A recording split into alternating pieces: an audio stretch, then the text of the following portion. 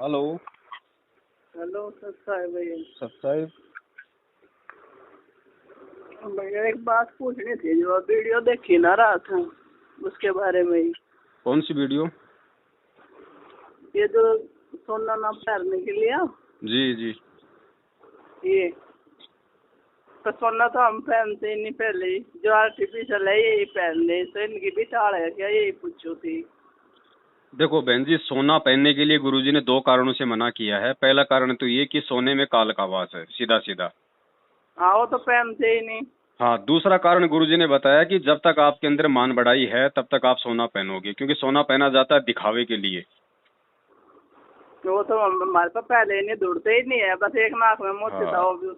अगर हम सोना ना पहन के यदि हम जैसे नकली ज्वेलरी पहनते हैं, आर्टिफिशियल पहनते हैं, तो कहीं न कहीं हाँ हमारे अंदर वो भाव है कि हम सुंदर दिखाई दें। अगर मैं कुछ भी नहीं पहनूंगी तो सासू क्या कहेगी, पड़ोसी क्या कहेंगे, लोग क्या कहेंगे कि ये कोई मर गया क्या तेरे, हैं तूने क्यों निकाल दिए, गरीबी आ गई क्या। तो ये जो इस तरह की जो बातें हैं ये हमको ना सुननी पड़े, लोग हमारे को जो है ताने ना मारें, इसलिए हम ये थोड़ा बहुत पहनते हैं। तो जब तक हम पहनेंगे, जब तक हमारे अंदर ये भाव रहेंगे, कहीं न कहीं हम परमात्मा को नाराज ही करते रहेंगे बहन, क्योंकि संघर्ष का दूसरा नाम है भक्ति। गुरुजी कहते हैं, अब लोक लाज मर्याद जगत की तिनके जूं तोड़ बगावे, जब कोई राम भगत गति पावे। हमने अपने गुरु के वचन पे चलना है, बाकी दुनिया चाहे कुछ भी ताने मारे, कुछ भी उल्टा सीधा बोले, हमने उनकी परवाह नहीं करनी। और अगर हम दुनिया वालों की अगर हम परवाह कर रहे हैं तो फिर सोचिए भक्ति मार्ग में अभी हम कितने कमजोर हैं। हाँ वो तो है ही। पर इसलिए नकली भी नहीं पहनना बहन जी। ऊपर जीण देवे, ये तो एक खुद में डॉक्टर है, ये नर के दौरे तो 70 है तो बैठ के आए हैं। मैं चूड़ी नहीं पहनती थे, वैसे कड़े ही पहन लूँ थी पित्तल के, जो उनमें ही न कोई सारा गरीब भी आ गई, क्या चूड़ी भी नहीं पहन सकती, जाने पता ना क्या क्या कहें इसको। हाँ, तो दास आपको वही तो बोल रहा है ना, ये सारी ये बातें। जी। ट्रेन तक कैसे बचा जा, मैं तो बस इस बात को पूछना इनसे बहन चाहूँ। जी ज्ञान से बचा जाएगा। परमात्मा ने बोल तो दिया ना, कल को जब आपके घर में खाने को दाना नहीं होगा तो जो आज आपको ये बातें बोल रही है, क्या वो बोरी पटक के चली जाएगी? उससे पूछ लो पहले कि कल को मेरे कोई दिक्कत आ गई तो भैया तू मेरे परिवार को संभालेगी क्या? मेरे जो मुझे मांगने नहीं, वाले हैं, क्या क्या तू मेरा कर्जा उतार देगी क्या, जब तो मैं तेरी बात मानूं? कल इनको क्या ये हैं? मुफ्त है फिर। उनसे कहो कि कल को मैं बीमार हो गई, हॉस्पिटल में 5 लाख का बिल आएगा, तू भर दे, जब तो मैं तेरी बात मानूं। और अगर वो नहीं कर सकती ऐसा तो फिर आपको बताओ उनकी टेंशन हो रही है। ये ज्ञान की कमी है बहन, सत्संग ना सुन पाने की ये कमी है। जब तक हम पूरी तरीके से ज्ञान को नहीं समझेंगे, हम अपने गुरुदेव के मिशन को नहीं समझेंगे, अपने गुरुदेव के दिल के दर्द को नहीं समझेंगे, तब तक हम इन चीजों को नहीं छोड़ पाएंगे बहन। और जब तक नहीं छोड़ पाएंगे तब तक बहन जी हमारा दाव सतलोक जाने का नहीं लगेगा। जन्म से जन्म, जन्म दर जन्म होते रहेंगे। अब ये आपके ऊपर निर्भर है, आप इसी जन्म में अपना रोग कटवाना चाहते हो या और अपने जन्म बढ़ाना चाहते हो। दुनिया तो पता नहीं क्या क्या कहेगी बहन जी। अब हमें दुनिया के पीछे नहीं, हमें सतगुरु के पीछे चलना है। सतगुरु क्या कह रहा है? सतगुरु कह रहा है कि बेटा नहीं पहनना, इसको घर में भी नहीं रखना। और दुनिया कह रही है कि तुम क्यों नहीं पहन रहे। और यदि हम दुनिया की बातों को ज्यादा महत्व दे रहे हैं तो सोचो फिर हम सतगुरु के हम कितने नजदीक है, कितने हम दूर हैं। मैं तो दुनिया की मानती नहीं, यही मानना है दुनिया की, मजे साथ देखो बहन, मतलब। जिसको नहीं मानना है उसको मत मानने दो, लेकिन जिसके समझ में आ गई वो गुरुजी के वचन पे चलो। समझाना आपका फर्ज है, उसको संदेशा देना आपका फर्ज है। अगर आपकी आपकी बेटी है, आपकी बहू है, वो नहीं मानती है तो जबरदस्ती आप भी मत करो। ये प्यार और प्रेम का मार्ग है। जब उसके संस्कार मजबूत होंगे, जब उसको ठोकरें लग लेंगी, जब उसको समझ में आ लेगा कि हाँ भाई रक्षा सोना करता है या रक्षा अपना सतगुरु करता है, तब भगवान नहीं करेंगे तो छोड़ देगी चला। पहनना। उस समय अपने आप पहनना छोड़ देगी। अगर वो सोना पहन रही है तो इससे हमारे को कोई नुकसान नहीं है बहन। हमने नहीं पहनना। गुरुजी कहते हैं, कबीरा तेरी झोपड़ी गलकटियन के पास, जो करेगा सो भरेगा, तू क्यों भैया उदास। आप अगर दूध पी रही हो और आपके बेटे की बहू अगर जहर पी रही है तो जहर पीने वाली मरेगी ना, आपको क्या नुकसान है? वो होता भी है नहीं जी, अभी तो हमारे बच्चे ही हैं। कोई भी दास एक एग्जाम्पल दे रहा है। अगर आपको समझ में आ गया तो आपने इन चीजों को छोड़ देना है। जिसने नहीं समझ में आया वो करता रहेगा, जब समझ में आएगी उस समय छोड़ देगा। जो ये वीडियो से देख के दो एक भगत था आसपास में न बताए, सब ने मैं लिया क्योंकि मैं गुरुद्रोही की वीडियो देख ली, इसलिए मेरा भी नामकरण हो गया, मैं भी उसमें शामिल हो गई। बहन जी उनको तो सीधा सीधा ये बोला करो कि अगर पवन दास अगर गुरुद्रोही है और उसके वीडियो देखने से अगर नामखंड हो गया तो भैया सरकार ने गुरुजी को भी देशद्रोही साबित कर रखा है, तो फिर तुम देशद्रोही के सत्संग क्यों सुनते हो? हाँ नहीं देखो मैं मगर चलो ठीक है, तेरी समझ की बात है वह। सीधा अब बोलो नहीं बहन जी, मुंह पे बोलो भाई। जिस अच्छा प्रकार सरकार है, जिस प्रकार भारत सरकार, हरियाणा सरकार है, हमारे पूज्य गुरुदेव संत रामपाल जी महाराज जी के ऊपर झूठा देशद्रोह का मुकदमा लगा के आज 7 साल हो गई, एक भी सबूत पेश नहीं कर पा रही कि वास्तव में वो देशद्रोही है क्या। ठीक यही स्थिति ये संगत वाले, ये सतलोक आश्रम मैनेजमेंट वाले 7 साल से हमारे को गुरुद्रोही बना रखा है, लेकिन क्या आज तक ये लोग एक भी ऐसा कोई सबूत पेश कर पाए जो ये साबित कर दे कि पवन दास गुरुद्रोही है? नहीं मैं तो कुछ नहीं जानता ना किसी का। हाँ तो भगत जी इनको बहन जी इनको कहने दो, इनके कहने से कुछ नहीं होगा। ये कल को कह देंगे कि पवन दास प्रधानमंत्री, पवन दास राष्ट्रपति, मेरे को कौन दिल्ली में बैठा देगा पार्लियामेंट में? कोई नहीं बताने का। इनकी जुबान की कोई औकात नहीं है बहन जी, ये जो मर्जी बोलते रहें। हमें अपने परमात्मा के विधान अनुसार चलना है, परमात्मा के वचन पे चलना है, परमात्मा के अनुसार चलना है। दुनिया क्या भोग रही है, दुनिया क्या बोल रही है, भगत क्या भोग रहे हैं, क्या बोल रहे हैं, उसको मत सुनो। भोंकने वाला जो भगत है वो आपके गुरु के ज्ञान आधार से भोंक रहा है या नहीं, वो देखो। अरे एक बात भगत जी अगर ये ना मानने तो क्या आर्टिफिशियल पहन सके हल्के फुल्का कोई कुछ? देखो बहन, ये दास ने आपको बता दिया ना, जबरदस्ती तो परमात्मा भी नहीं करेगा, चाहे आप सोना क्यों ना पहनो। ये तो आपके अपने ज्ञान आधार के ऊपर निर्भर है कि आप कितना आप इस ज्ञान को समझ पाई हैं। मैं तो मना करूं, ये तो लट लेगा बाजे, मैं तो अकेली रहेगी ना घर में।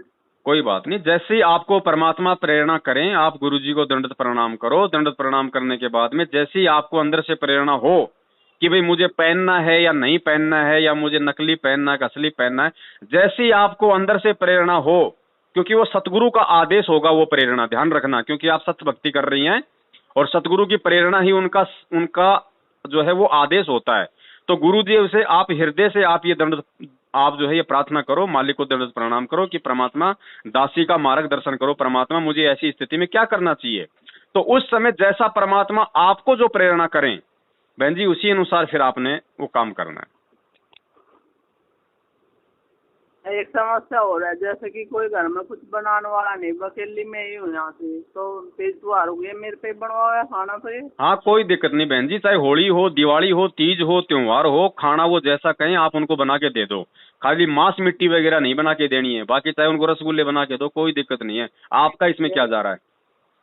आप भाई बाकी दिन भी तो खाना बनाती हो, आप तो अपना बाकी दिन का समझ के बनाओ ना। आपको तो जो जैसा राशन ला के दे देगा आप तो वैसा ही बनाओगी। इनसे पूछा था ना, ये जो ये नामदान के अंदर खोल रहे क्या लगे नहीं खाना है, ये नहीं करना है, मगर वो तो मुझे लठ मार के घर से बाहर ना ना ना ना ना, ऐसा नहीं होता है बहन जी, क्योंकि आज हम ऐसे समाज में रह रहे हैं, गुरुजी का ज्ञान थोड़ा कम है, लोग सांसारिक रीति रिवाजों में ज्यादा है, तो भगत को बहुत कुछ सोच समझ के चलना पड़ेगा अभी। तो ऐसी कोई स्थिति नहीं है। होली दिवाली सकरात पे जैसे वो तुम्हारे को लाडू जलेबी जो भी बनाने के लिए कहें आप बना दो, लेकिन ध्यान रखना हमने वो जो है मतलब भोग नहीं लगाना उनको, लक्ष्मी जी को, गणेश जी को, होली को, माता को हमने भोग भाग नहीं लगाना, हमने खाली खाना बना के दे देना है। और हमने जो खाना है ना, तो हमने जो हमारा जो खाना है हमने पहले साइड में निकाल लेना है, ठीक है। हाँ बाकी वो अपना भोग लगाते रहेंगे, अपना खाते रहेंगे, अपने को कोई मतलब नहीं है उससे। तो बहुत सारी चीजें हैं जो हमने ज्ञान आधार को मतलब सामने रख के हमारे को मतलब जो है वो बच के चलना है। ऐसे हम सीधा विरोध नहीं कर सकते इनका, सीधा विरोध कर देंगे तो फिर हम भक्ति नहीं कर पाएंगे। अब आप लेडीज हो, आप अगर सीधा विरोध करोगी, आपको घर से बाहर निकाल देंगे, कहाँ पे आप भक्ति करोगी बताओ? तो ये परमात्मा ने कुछ ये तरीके बताए कि हम जो है हम इन तरीकों से हम जो है मतलब बच सकते हैं। इससे क्या हो कि वो भी मतलब काल प्रेरणा से इतना ज्यादा आपके ऊपर हावी नहीं होगा और आपकी भी मर्यादा बच जाएगी। तो खाना वाना किसी भी त्योहार पे बना के देने में कोई दिक्कत नहीं है, बशर्ते वो शुद्ध खाना होना चाहिए। बाकी चाहे आपसे रसगुल्ले बनवाओ, कोई दिक्कत नहीं उसमें, और वो आप भी खाओ, कोई दिक्कत नहीं है। आप अपना परमात्मा का पहले अलग से निकाल दो अपना। बात में तो पहले गुस्सा हो रहे, पता नहीं गुरु जी का नाम लेते तो ऐसे चिढ़े जैसे कि इनके मिर्ची लग गई हो। कोई बात नहीं, उनके संस्कार ऐसे कमजोर हैं बहन जी, हो सकता है पिछले जन्म में हम भी ऐसे थे, ये तो आज समझ में आ गया तो कौन सी बड़ी बात है। हो सकता है हम भी किसी जन्म में ऐसे ही थे, तो हमने इन सब बातों को ध्यान में रख के कि भैया जब इसके भक्ति संस्कार मजबूत होंगे तभी तो ये समझेगा। लेकिन हम अगर हिम्मत हार लेंगे, हम अगर भक्ति करना छोड़ देंगे, तो फिर उसके संस्कार नहीं बनेंगे। क्योंकि आपके घर में भक्ति करने रहने से, आपके सत्संग आरती सुमरण करने से, मंत्र जाप करने से उसके भी संस्कार बन रहे हैं भगवान से जुड़ने के लिए। तो आपका बहुत बड़ा योगदान है उस परिवार में संघर्ष करते हुए भक्ति करने का, क्योंकि आपके कारण आने वाले दिनों में वो लोग भी परमात्मा की जो है शरण में आएंगे। तो आपको डबल फायदा दे रहा है वो परमात्मा। संघर्ष भी आपको भी मजबूत कर रहा है और आपके कारण उनको भी परमात्मा अपनी शरण में लेगा, तो उसका बेनिफिट भी परमात्मा आपके खाते में डालेगा। और भैया जो ये बात थी भाई, जैसे कि आप बता रहे थे रात के हम जो पति पत्नी है तो हम भाई बहन का प्यार करते हैं। अब मैं तो इन लोगों में हूँ, अगर मैं ये अपने आप कंट्रोल कर दूँ, और वैसे है भी मुझ पर कंट्रोल, मुझे इस काम में कोई दिलचस्पी नहीं है। जी जी। तो ये तो ऐसे है ना, ये फिर उल्टी सुना मैं। नहीं देखो बहन, यहाँ भी हमने सोच समझ के चलना पड़ेगा। दास ने सारी चीजें वीडियो में खुल के बताई थी। परमात्मा कहते हैं कि इंद्री कर्म ना लगे लगारम, जो भजन करे निर्द्वंद रहे। अगर आप परमात्मा की भक्ति कर रही हो, आप अगर मर्यादा में हो, तो आपके ऊपर ये कर्म नहीं लगेंगे, क्योंकि आपकी जो स्थिति वैसी है। आप तो जो है उपदेशी हो, आपका पति जो है उसने नाम नहीं लिया हुआ, तो वो तो इन चीजों को सहन नहीं करेगा ना। लेकिन आपकी तो जो है शारीरिक संबंध बनाने की वो बिल्कुल भी इच्छा नहीं है। और फिर भी यदि हाँ, उसके बाद भी यदि ऐसी कोई नौबत आती है, क्योंकि देखो बहन, हम उनको भी नाराज नहीं कर सकते, क्योंकि भाई ऐसा तो है नहीं कि वो भी भगत है और वो उसको भी ज्ञान समझ में आ गया, तो कोई दिक्कत नहीं। परमात्मा कहते हैं कि ऐसी स्थिति में वो दोष आपको नहीं लगता, आपको कोई दोष नहीं है। आपके ऊपर वो कर्म करके भी वो कर्म नहीं लगेगा, क्योंकि आप परमात्मा की भक्ति कर रहे हो। मालिक अपनी वाणी में यही तो समझा रहे हैं ना कि इंद्री कर्म ना लगे लगारम, जो भजन करे निर्द्वंद रहे। ऐसी स्थिति में बहन जी आपको कोई दोष नहीं है, कोई दिक्कत नहीं है आपको शारीरिक संबंध बनाने में अपने उपदेशी पति के साथ, कोई दिक्कत नहीं है। ऐसे आप अपना ध्यान अपने परमात्मा में रखो बस। और बताओ। जो आज हम काम करते हैं, तो ये जो कोरोना के टिक्के है ना, ये घर जाके उनको जी ने बुला के ले टिक्कू के लिए न समझाओ क्या हम ये काम करें या ना करें। आप क्या काम करती हो?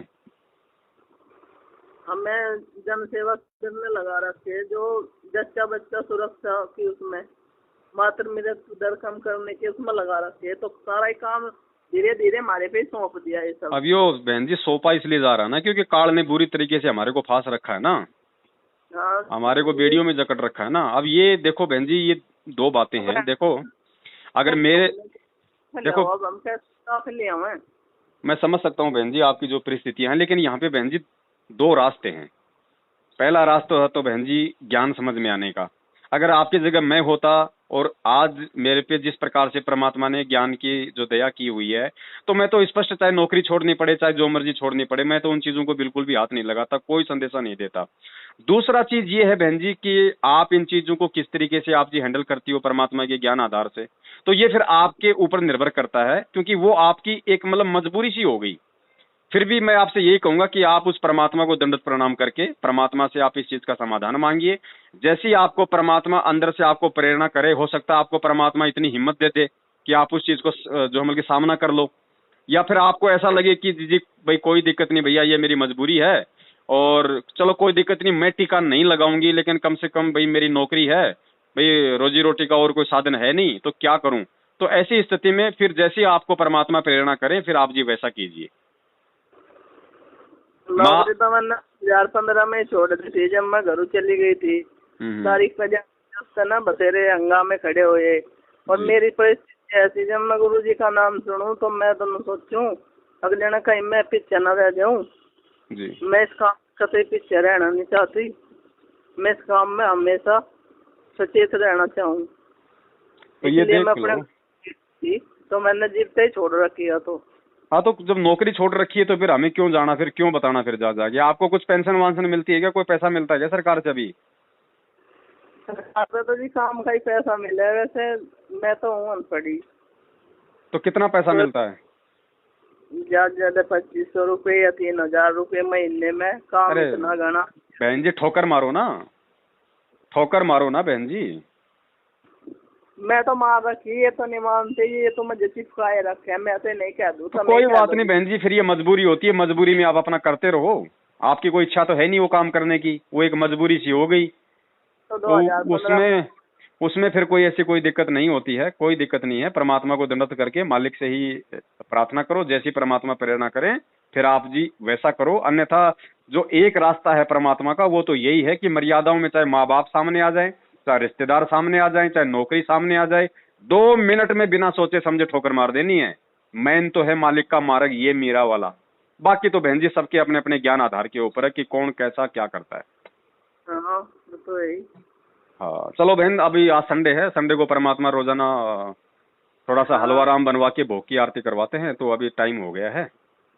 अच्छा हाँ ठीक, ठीक है बहन, सत साहिब। अच्छा।